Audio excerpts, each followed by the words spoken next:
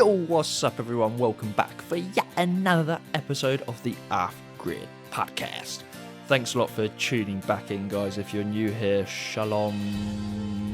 Welcome to the club. This is a different episode. We don't have a guest this week. Say what? I say what? But you're listening to me right now. So there's an episode out. Yeah, that's right. Well done. That's the first guess. So what is the episode? That's the second guess. This is going to be a story time from me. My first ever solo podcast. Bit of an odd one. I'm literally just like talking into a mic here. And it's quite funny because I really cracked myself up occasionally. And then as I'm laughing, I'm thinking, was that funny?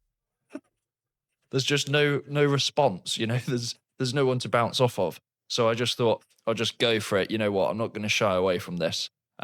Let's do a solo one. Let's go for it. Guys, I've just checked. This podcast has got over 600 plays, which is absolutely mind-blowing to think that over 600 people have clicked play on this podcast.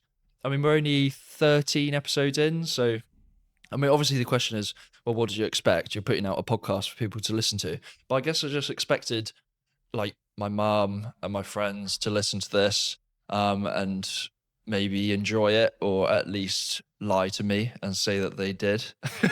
And that's definitely the case. I mean, everyone's saying that like friends and family are enjoying it. But then there's hundreds of other people who have also clicked play and enjoying this podcast. So yeah, wow, super cool. Okay, so this podcast, it's 3 stories of adventures that are all based in the UK. And they've got one theme in common. They all went wrong.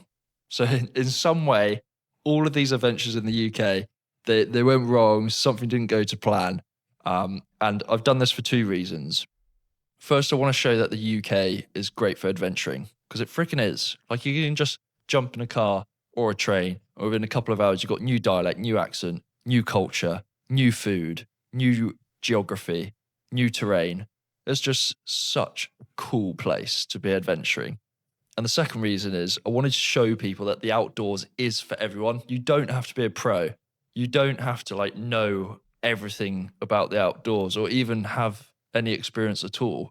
Everyone starts in the same place, and that is absolutely shit. And you don't know what you're doing, and you're trying to work it all out, and you know you're rubbish. But then as you do it, you've got the great fun, you've got the stories, because it's actually not about really the performance and here's what I did and all of that. It's about, you know, what did you learn, what stories have you got to tell around the fire and stuff like that. So I hope you guys enjoyed this. I certainly did. I loved reminiscing on my stories and adventures and had a good laugh doing it. So I hope you do too, and let's get out there. Let's kick it.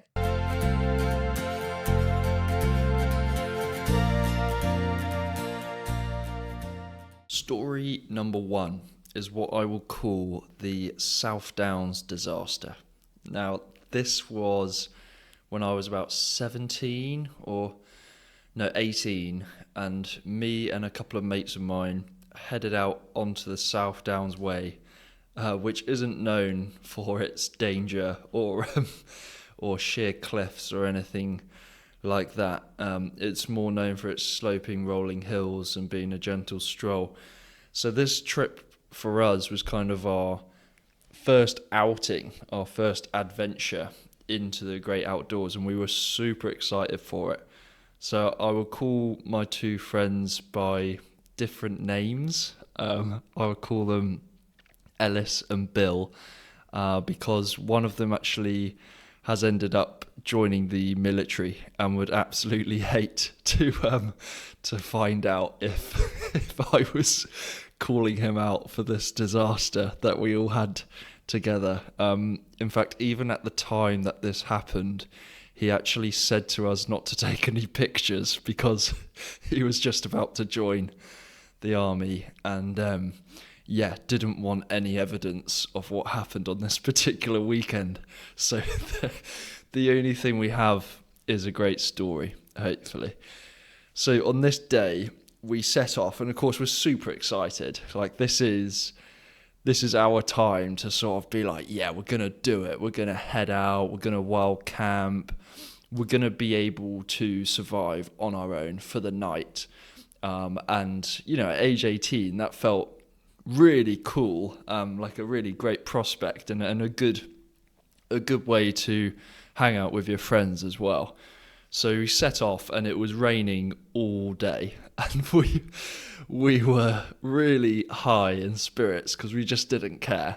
It was absolutely caning it, and we were just chatting away, having a great laugh all day. We did about 6 to 7 hours of hiking that day before finding a pitch.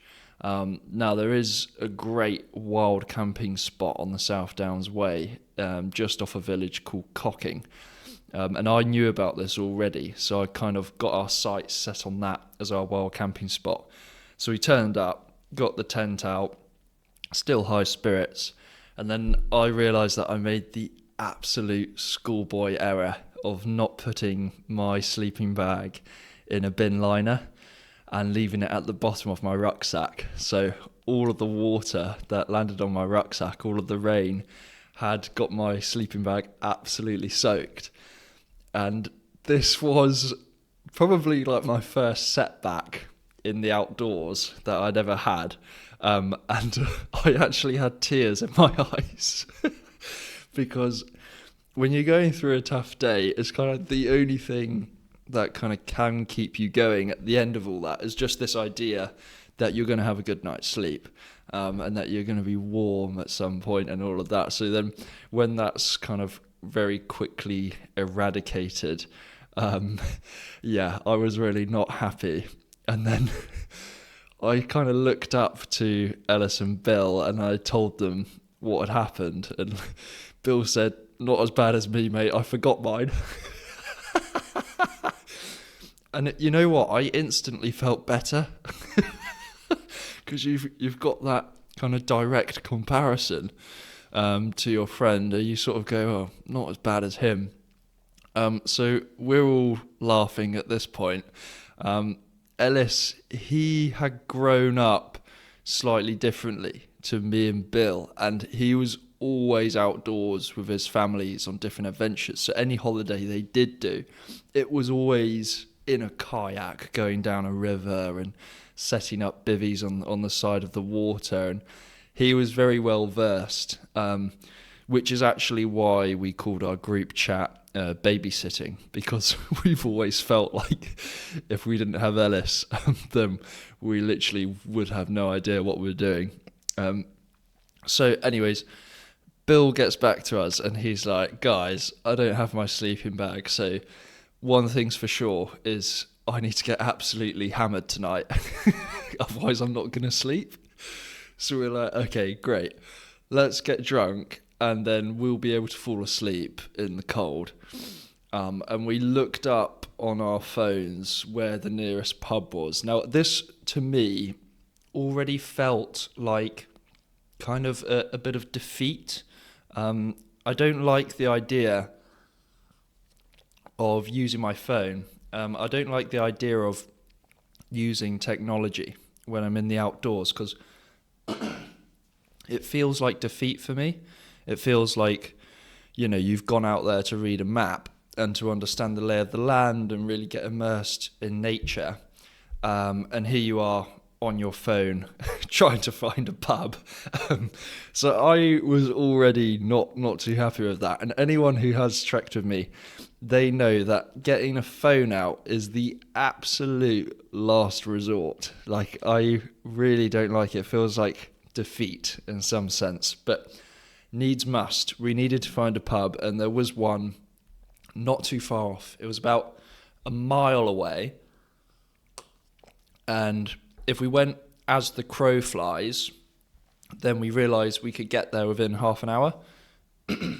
So what we decided to do was that we would head straight for this pub and we would go as the crow flies. So we climbed every fence. We saw a dead deer that actually was stuck in a fence. That was something to see. And then we crossed all the farmers' fields, which is kind of a no-go in the countryside. like, you know, if you're kind of crossing straight over all the land and not following the footpaths and bridleways, then they don't get too happy about that. But at this time it was like 11 p.m, and so we were just like, let's go for it. Went straight to this village pub, turned up looking a bit worse for wear, and everyone was sort of looking at us whilst drinking their champagne and a nice dose of haddock, and just wondering what the hell we were doing there. But we didn't really care, and we knew that we were covered in mud and everything, so we actually sat outside and ordered our drinks. Anyways, kept going, and the waiter, he quite liked us. He quite liked our stories and how we ended up at this pub, because we told him our situation that I'm telling to you now. And thankfully, he actually had a dry cupboard, and I was optimistic that there might be a possibility I could dry my sleeping bag at this pub. So I'd actually brought it with me. So I carried my sleeping bag across all the fields, and I was in luck because the waiter said that there was a dry cupboard in this pub that I could use. So that was an absolute result. I mean, my sleeping bag was bone dry by the end of it. Last orders came up, the pub was shutting. We all then banked 2 pints each to then stay at the pub whilst the pub was shut. And we sat there until about 1 a.m. in the morning, just having so much fun. It was just such a laugh. I loved it. Then we kind of like blissfully and temporarily forgot about the situation we were in. And then, you know, had to face the fact that actually we did need to get to sleep at some point. So we walked back, and Bill actually forgot his phone. So he ran back, and as he's running back, he turns around to tell us to carry on walking. We didn't. We decided to turn back and wait for Bill. Now, this is where the story sort of thickens, the plot thickens a bit. So as we're headed back, we see Bill running back with his phone and the torch on. So it's good news, he's found his phone. And we're both having a wee, Ellis and I, on the side of the road. And Bill just runs straight past us. And he just goes, "Right, lads," in a very sort of macho, subdued voice. And he just absolutely bombs it past us. So we were like, okay, good joke. When are you going to wait for us? But he didn't. He just kept going. Next minute, we do get to the farmer's fields, and we see a light in the woods. And Bill has absolutely bombed it off with his light in the woods. So what we do, we give him a call on our phones. Second time I had to give in to the technology, and we give Bill a call. We're like, "Mate, what are you doing? We're trying to find you. Where are you?" And he's like, guys, there's 2 men. They're following me. I can see their torches. I'm in the woods. I'm just running through the woods at the moment. I'm trying to avoid us. We're like, "Mate, it's us. We're trying to find you. We're the 2 men who are looking for you." Next minute, we see him running through the woods, playing Arctic Monkeys on his phone to keep himself company, completely topless at 3 a.m. in the morning. And yeah, so that's when we sort of called it a night at that point. And the next morning, we saw a farmer. We bumped into him after about 4 hours of sleep. And of course, you do have to be slightly cautious as to, you know, you're camping on this farmer's land essentially. And he asked us where we stayed the night before. And at exactly the same time, each of us gave a completely different answer.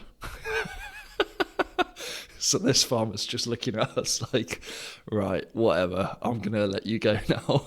So we're like, okay, great. We head off, and a few hours later, we make it back home to my parents' place. 2 of us were injured at this point somehow. And my dad just opened the door, looked at us for about 2 seconds, gave us the up and down look, and he just says, "You look like broken men."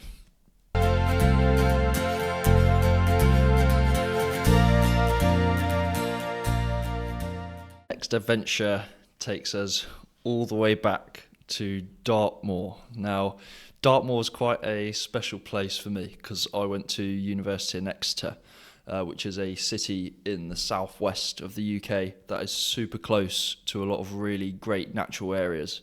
And at the time I was there, they had built a train line link from Exeter to Oakhampton, which is kind of in the heart of Dartmoor. So it was a big part of my uni experience, and I absolutely loved it out there because I'd never really experienced kind of boggy, really boggy and wet type terrain.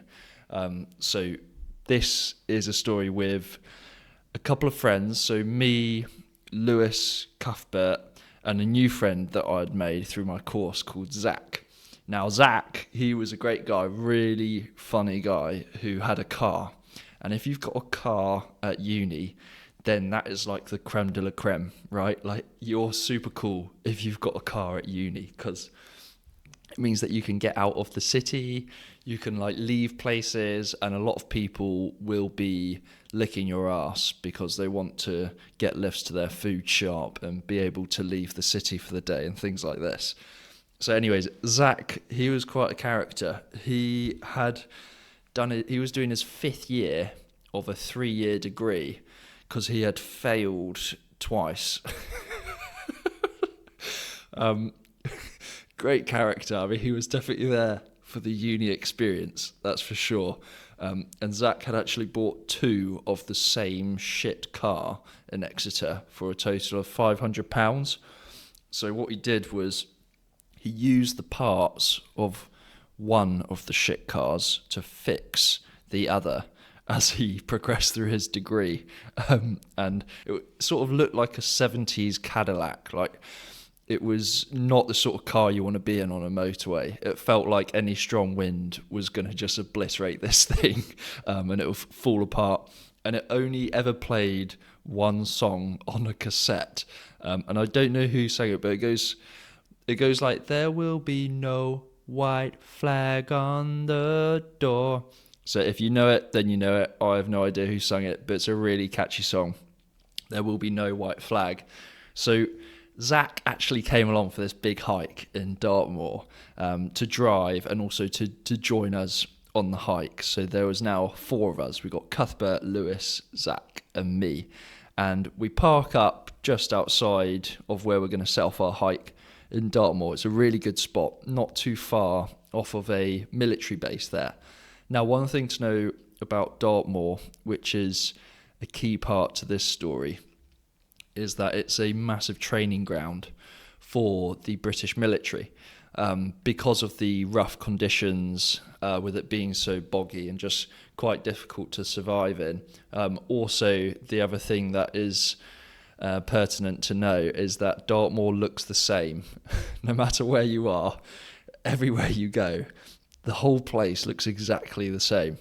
So park up just near the military base in this lay-by and set off on our hike. And we have to be really careful to check the timings of this particular day because there is a military danger zone, which essentially means within those particular hours in that 24-hour block, the military will be using that for live rounds. And so that is like a no-go zone in those particular areas for those hours. Now, the first issue we had during the day is that we lost the path. So we just ended up in really thick bog. And the thing with Dartmoor is there are loads of paths, but because it was wintertime, the bog kind of just takes over. You just lose the path and it just becomes this mush where you're soaked all the way up to your knees. It becomes really hard to walk, to kind of like wade through this bog. And yeah, basically we got absolutely soaked and we sort of realised, okay, let's have a break at some point after all this. Zach had decided to get rid of his shoes and socks because he just found the whole thing pointless. So he's sort of wading barefoot and sprinting, sort of like Jesus walking on water as he bounces across this bog. So about 6 hours into the hike, I kept a few beers for the guys in my bag. Now, this was a surprise. So that is almost one guaranteed way to increase morale. And to get everyone smiling again is to get out a couple of beers. Thing is, the beers were so cold and so were our hands, so it sort of became a mission of how quickly can you drink it so you don't have to hold this bottle of beer anymore. So it was a nice little respite, and we decided to head back for the car. We just thought, we're in a really nice spot here. We didn't have a particular route or anything like that. No set plan as to where or what we would see or anything like this. It was just head out when we've had enough, let's head back. So at that 6 hour mark, we thought, let's make our way back. Started walking again for another 4 hours or so. By this time, it's about 6 p.m. So it's starting to get dark in those winter hours. And at that very moment, there was this moment on that hike where all of us just went a bit quiet, because it was like false summit after false summit. You would be climbing one tor after the other, and tors are like kind of big mounds of hill. Not quite mountain, but yeah, certainly big mounds of hill. And yeah, we couldn't see the car, so every tor we're getting past, we're like, oh my gosh, when are we gonna finish this day? We're sort of at the point where we've had enough now, we want to head back. So there's this quiet moment of realization where it's completely unspoken, but we all know we are officially lost. So we sort of address the elephant in the room, and we're like, right, where does everyone think that we're going? What direction do we all think we're headed in? And Lewis steps forward. He goes, I think we're going this way, and points to the right. And then Cuthbert goes, no, I reckon we're going this way, points to the left. And I was like, no, I think we're bang in the middle. We're bang in the middle. And Zach, he's pointing to a different direction as well. So at that point, it was very clear we have no idea where we're going, and we all start laughing. Now, as I've mentioned, I hate using tech, particularly in these situations where you get lost, because I like to think that those are the moments where you can sort of use your resources, use your skills, and start really thinking about, the geography of the area, where you were walking before, any key landmarks, follow bearings on a map or anything like that. But the only thing with this particular instance was that we actually weren't following a map. We were just going for a bit of a jolly of a walk. So there was no bearing, there was no compass. It was very much like, yeah, we're just lost. So Lewis knows this about me, that I hate to use tech, and he sort of runs off. So he goes off on his own, and comes back being sort of the bearer of the bad news. And he's like, guys, I've just checked my phone, and we are 3 hours away from the car in the opposite direction from where we're walking now. We all burst out laughing. We were laughing so much because we were like, oh my God, we've properly bodged this one up. Like, how could you get it so wrong that it is a full 180 behind you? Like, no idea. Even to this day, no idea how we got that so wrong. And we got another 3 hours. So we know at this point in total, we've got at least 14 hours of trekking to get through for the whole day. And we're starting to wither away. Just for clarity at this point, Zach is a heavy set, right? He's a big boy, American footballer. He's never been on a hike before. The longest he admitted to us, the longest he had walked was for 30 minutes with his dog before. Cuthbert, the day before, he had run his first ever half marathon, and he couldn't even jump over a puddle. He was so broken. I was wearing a 10 kilogram weight vest because I was training for a particular event at that time, obviously having no idea how long we were going to be going for. So my shoulders were in bits. Lewis, he was fit as a fiddle. He literally stayed 20 meters ahead for the whole thing. He's like on the phone, chatting away and everything. So all of us are just quietly like, screw you. But yeah, we decided to set off. We had to climb up a massive tor for about 2 hours. It was one of those cases of like Nemo, where he's like, do you go through or do you go over? Do you go round? Do you go over? And it's like, no, we're just going to tackle this bad boy head on. We're going to go straight over it. It's almost like 70-degree vert. You're just going to go straight up, no talking for 2 hours, just head down, sweat dripping off my chin, just going for it up there. We had to cross over a river and sort of use stepping stones, but this was a thick, it was a thick river, if rivers can be thick. It was like deep and moving at quite a quick pace. At this point, obviously, none of us really care because we just want to get back. So we start climbing the rocks to get over them. Cuthbert finds himself striding from one rock to the next, but as he's mid-stride, he sort of realises that he's messed up and that his foot's not going to make it. So he decides to use his hands instead to land on.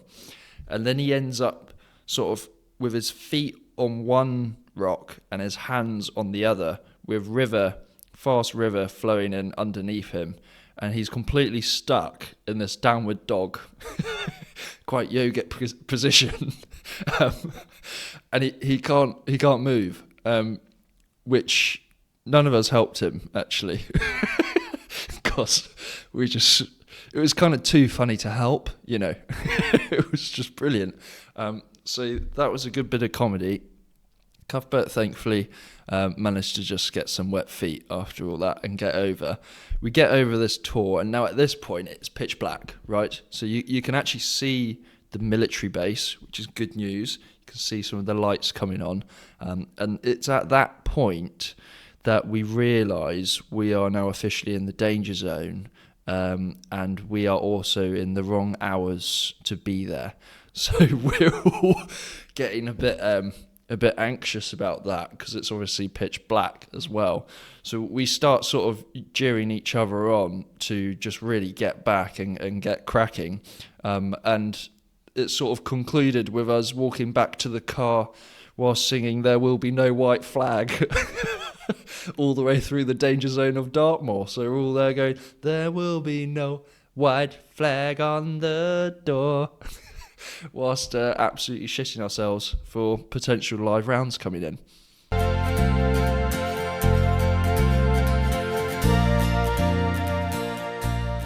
This next adventure mishap is the canal adventure. Now, I live on a narrowboat, and I had to bring this narrowboat down a few months ago in spring of 2025 to bring it from Birmingham to London. Birmingham, and particularly all of the Midlands, that's kind of like the mecca for narrowboating. There's so many different canals around there. So I actually ended up getting the boat in the Midlands, and then had to find a way to bring it back down south. And I'd never ridden a boat before or anything like that, so I had to sort of learn as I go. The thing goes like 3 miles an hour, so it feels like 70 miles an hour when you're riding it, but at 3 miles an hour from Birmingham to London, it's not the usual 2.5 hours, so you have to leave plenty of time. And along this whole journey, I actually had 2 engine breakdowns, and I also got scammed on the canal as well. So quite a lot happened on this particular trip, and it starts with needing to find someone to come with me. I really needed to have someone to come with me, not just for the fun and that aspect of things, but also because it helps massively if you're on a big long narrowboat to have that other person there that can do a lot of the rope work whilst I'm doing a lot of the engine work and the steering.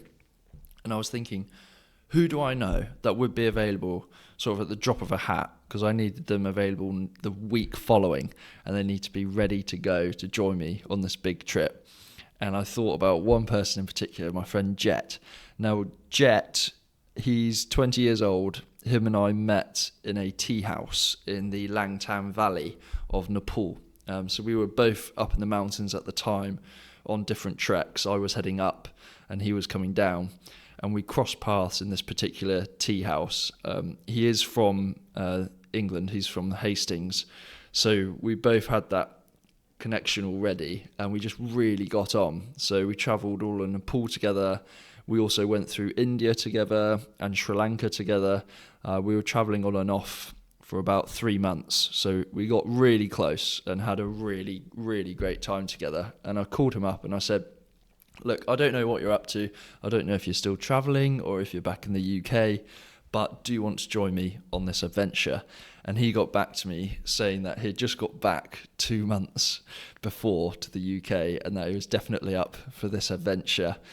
He hadn't quite found his feet or set any roots or anything like that, so he's super flexible. Jet is the son of a soldier and a hippie, and he is the ultimate crossbreed of the two, which makes for a really great travel companion. So we get to the boat in the Midlands, get prepped, get food, get really excited for this adventure we're about to do. And as we set off from the marina that the boat was stored in, we're sort of hollowing and cheering. We're like, woohoo, let's do it, let's go. We're so excited for it.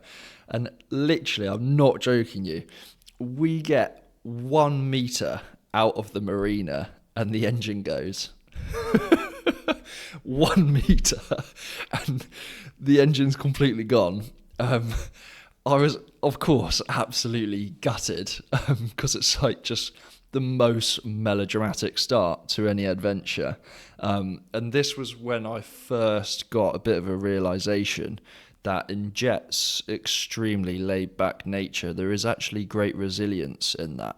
Because I realised nothing really affected this guy. Because he's just so laid back, he's so chilled. It's very hard to get someone like that in a sort of situation where they feel uncomfortable because they're just so accepting of whatever situation they're in. So that's when I realised that I had a really great travel companion with me. Next day, we called up for help. Now, there's this sort of canal equivalent of the AA, and it's called the RCR, the River Canal Rescue.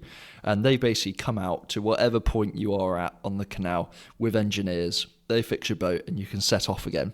So we did that. Really great guy. Set off the next day. And we were absolutely loving life. It was boiling hot. We're adventuring again together. And we're in the UK. It's quintessentially British, following this canal network.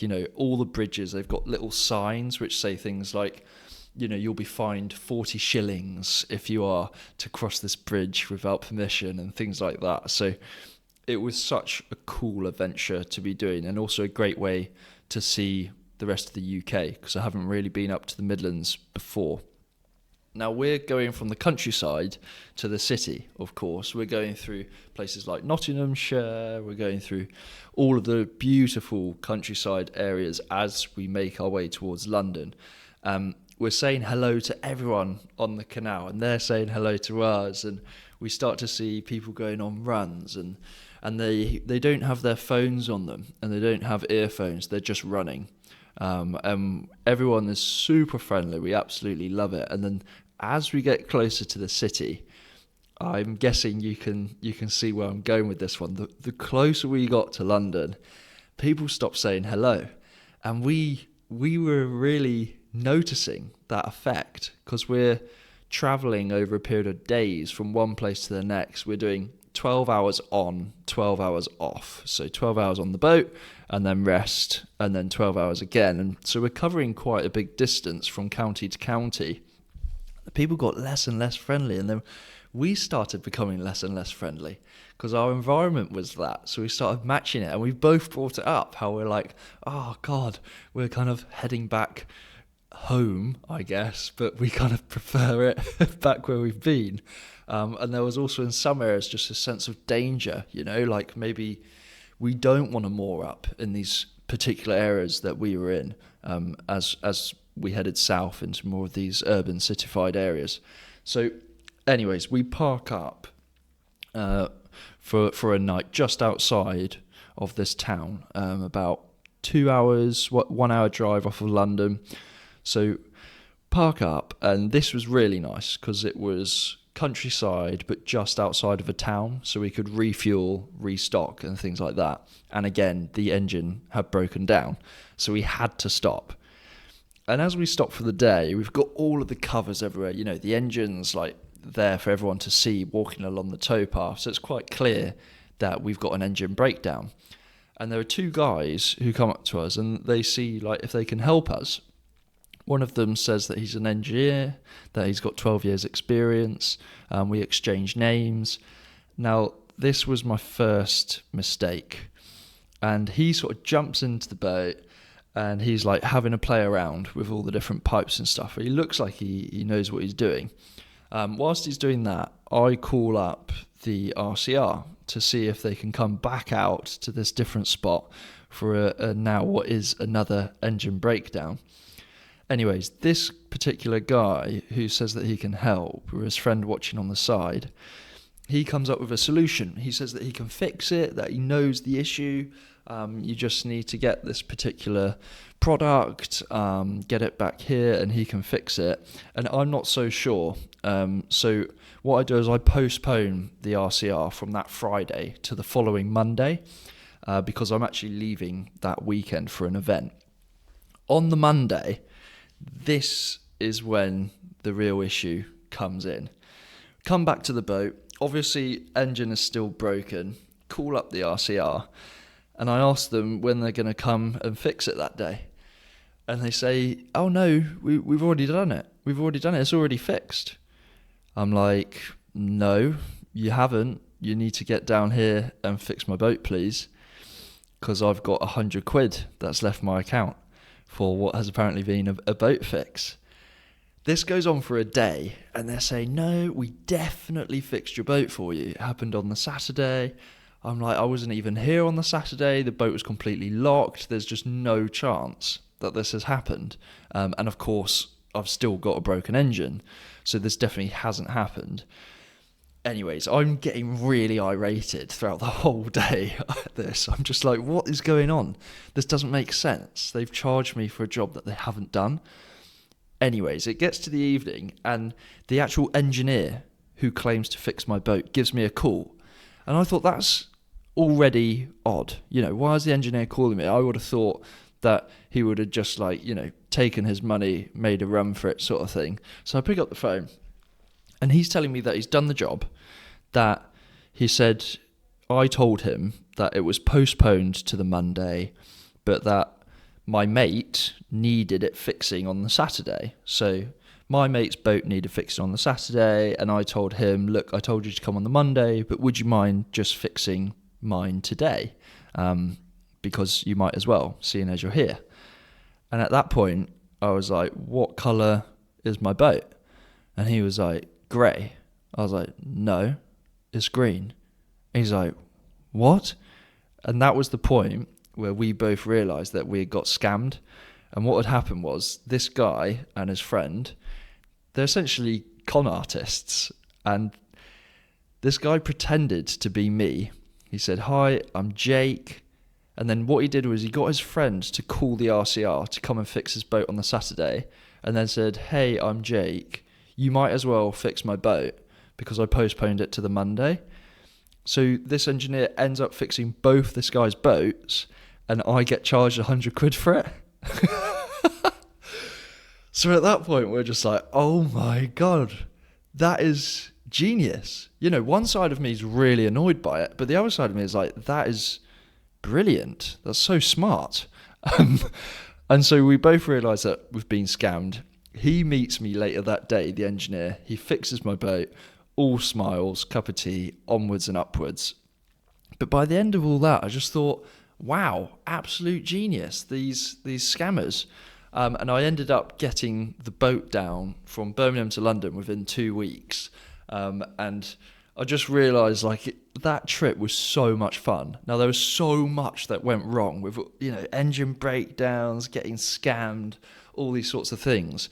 But we just had a laugh. Like we just rolled with it, you know, because that's kind of all you can do in those situations. And I look back on that trip so fondly. It was such a British adventure.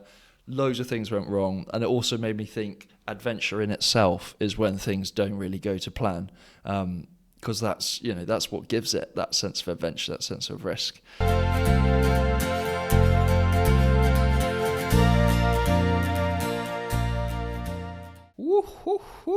Well.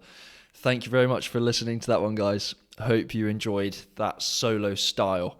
It was really good fun to do with some super fond memories. So I hope that you guys enjoyed it as well. If it has lit a flame in your belly, turn that flame into a fire and let it roar. Get out there. Seriously, run, hike, bike, take a new path, a new area, get lost, find your way again. Explore. Go for it. And if you've made it all the way to this point in the episode, I congratulate you. And one ask from me, please tell someone about this podcast. 3 steps. Tap the episode now, click share, send it to someone you know. Bosh. I'm going to do the same thing now with my second half cousin in the Dominican Republic of Congo. And thank you very much for listening to this podcast, guys. Yeehaw!